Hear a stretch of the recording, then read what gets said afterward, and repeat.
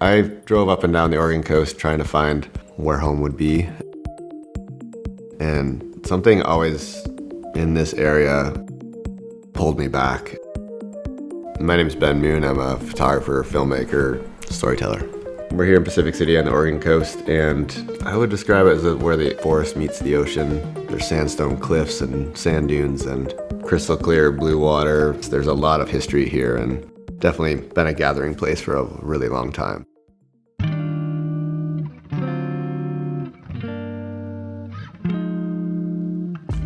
My dad built every house that we lived in growing up, so I'd been around that process a lot. Seems like I was always building on something or doing something with my hands, and I can't remember being a really good teacher.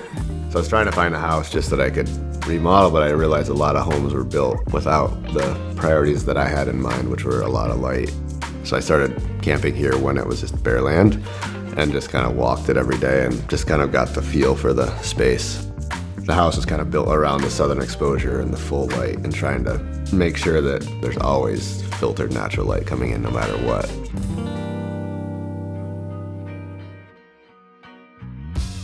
Looking sweet. Garage, photo studio on top. A lot of decisions were made on site.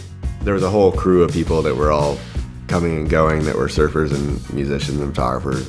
The lower level had concrete slab floor, and so it was like as soon as I painted that space, I was like, wow, I could throw a bed in here. And that's when Sophie and I met, and it was pretty funny because it was basically camping in a little apartment space. So it was pretty classic.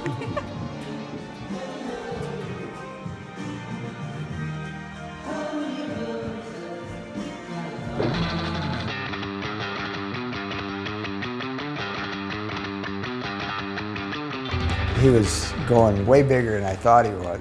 Every pump is a different zone with a thermostat. We pulled like, what, 3,000 feet of tubing? I did the soldering, and I also did the resoldering. Basically, I felt like I'd had some 100-level courses in building, and this was like my PhD to figure it all out.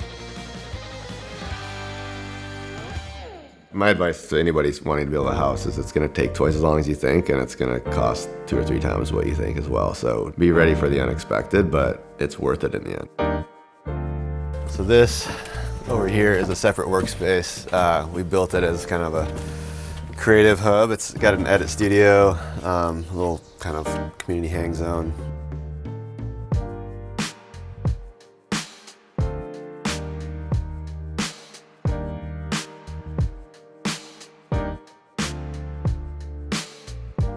This is kind of our edit cave. Sophie and I work in here. Kind of a recording studio vibe, viewing, listening couch. So yeah, it's kind of the creative hub, and I intentionally put it on the northeast corner of the house, just knowing that that's the darkest space. Gear closet that mixes with a voiceover isolation booth. As most gear closets, kind of disaster, but have a lot of the production gear here. For photo-wise, I shoot on the A1 the most. I go through lens phases. Sometimes I love to just go outside with a single fixed lens just to like force myself to be in one focal length. My go-to is the Rolleiflex, like that's just because it fits in a camera bag. You know, twin lens camera. I've always got way too many lenses with me, and so to be able to just bring a medium format film body with me, there is a beauty to it. Jerry Lopez at Pipe. I was shooting from the rafters, an aerial shot of Jerry shaping that board, and Patagonia printed it as a full-page ad in Surfer's Journal, so it was my first digital photo ever published. I still surf it, but I just have it hanging up just to make sure I don't shatter it. There's the edit cave and then the sunny side, just a place to kind of reset. My whole point in this was whenever I go back into the house, you know, you'll always find something to distract you and suck you in to keep you from working, and so I wanted to have like snacks and the ability to make tea and coffee. It's only 14 feet away from the house, but it really is a very separate space. Buddy Scott Sillins, that's his photo that Shepherd Ferry did a rendition for 180 South. A couple copies of that old surf movie the Malloy brothers made called Shelter. These kind of mean a lot to me because I watched this film over and over and over while I was going through chemo, and I love the soundtrack and just the message in it. And so I like to keep stuff like that here to remind me of where it all started. having a space separate from your living space is really important, whatever that is. If it's a back shed or an extra room, it's important to make that space yours. Buy the best studio monitors you can afford just to like enjoy music and like do a little home acoustic treatment. You can buy rock wool and just make little acoustic panels with fabric and make it just feel cozy and fun to be in there and kind of special. So this is the main house.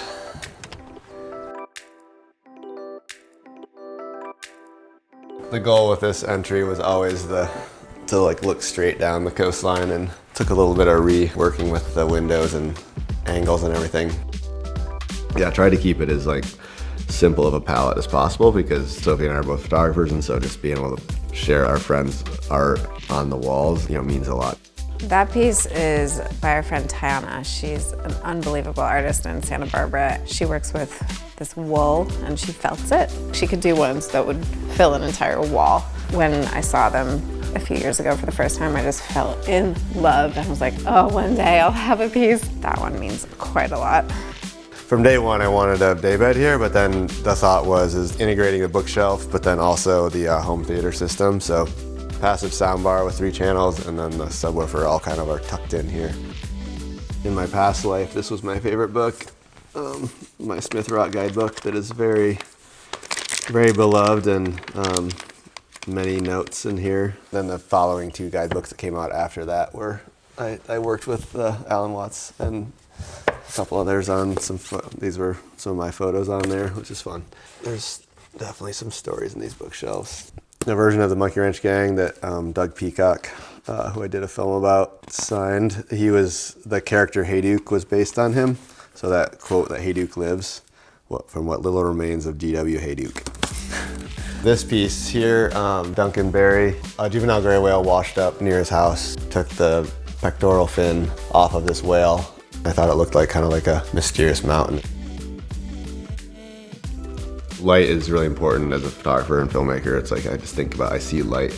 Sound is also so important, and finding ways of isolating the spaces. Sophie and I built acoustic panels with 2-inch acoustic insulation to slide in each of those sections, and so we have acoustic absorption back there, so this room no longer feels so echoey. That was really the goal, was make it feel welcoming, but also just peaceful. Found this little guy in Mexico recently. We love him a lot. I think it's actually a girl. She's so cute and so deadly.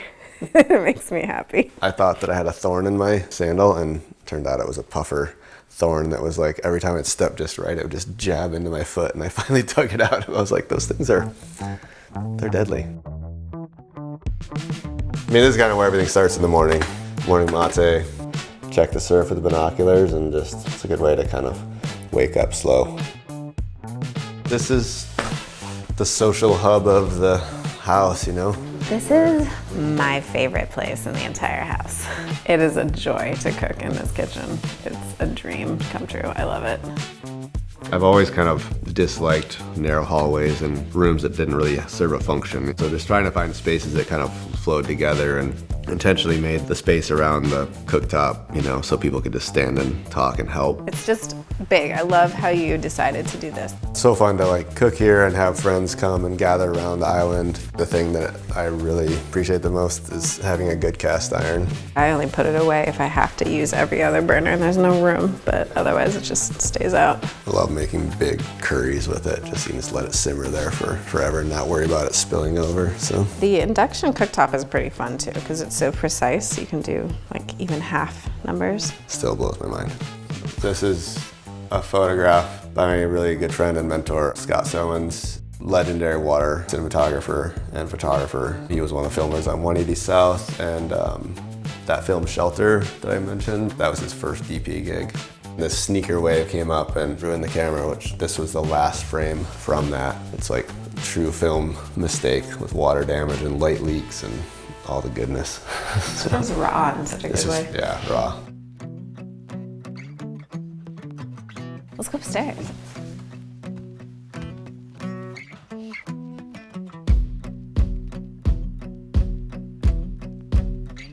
There's kind of a theme in this house. One is that there's no narrow hallways.